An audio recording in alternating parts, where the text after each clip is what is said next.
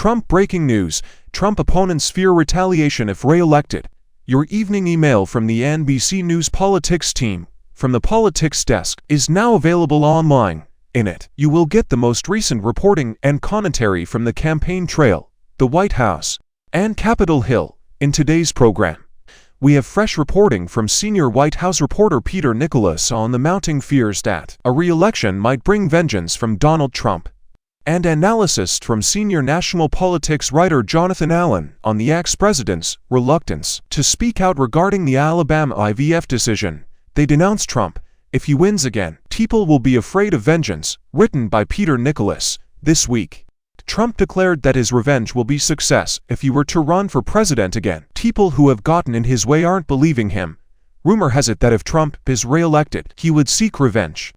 According to interviews with 12 individuals who have enraged him for different reasons, a lot of people are thinking about how to defend themselves in case he uses the office's enormous power to penalize them for complaints he's been harboring.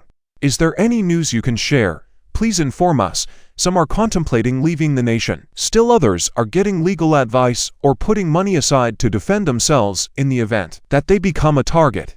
You would think that Democrats or political opponents who attempted to unseat Trump in the election would be the objects of Trump's wrath. But that's not all there is to it. Some people who feel threatened worked closely with Trump or believed in his mission.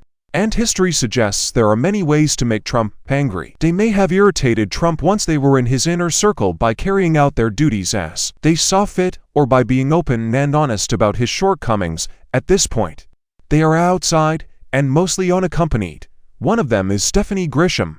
In 2016, as Trump was running for president, Grisham became a member of his political operation. Later in her White House career, she was press secretary and held other high-ranking posts.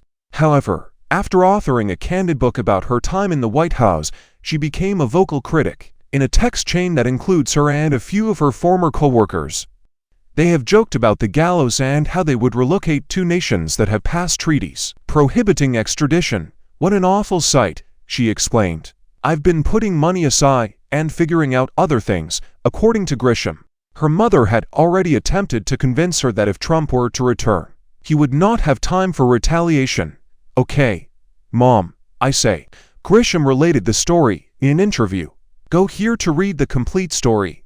The GOP is in a tizzy about Alabama's IVF judgment, but Trump says nothing. Assessment by Jonathan Allen. Republicans need to listen to Donald Trump if they want his opinion on in vitro fertilization, IVF, as Alabama clinics halt in vitro fertilization operations in reaction to a court decision that state law recognizes embryos developed via the process as infants. Members of the Republican Party have been rushing to find an answer to this topic. In an attempt to tackle it in the past day or two, Nikki Haley came up with a novel high-dive twist. To begin, on Wednesday she stated to NBC News that embryos, to me, are babies, and added, I do see where that's coming from when people talk about it. I didn't indicate that I agreed with the Alabama verdict, she claimed, before tucking, rolling, and freezing midair in a Wednesday night interview with CNN.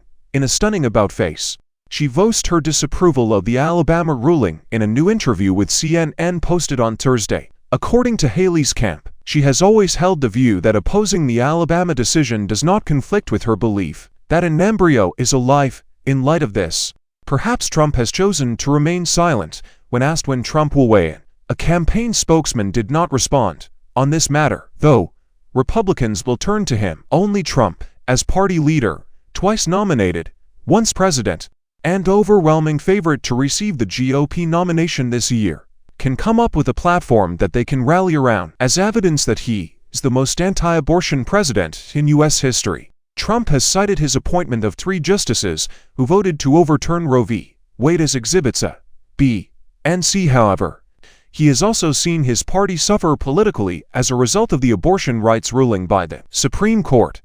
That puts in vitro fertilization IVF in danger, at least in Alabama, and maybe elsewhere. Waiting to hear his thoughts on whether or not the law should recognize conception as the beginning of life is something Republicans will have to do. Democrats, who have capitalized on the Dobbs ruling in the past, will also be paying close attention.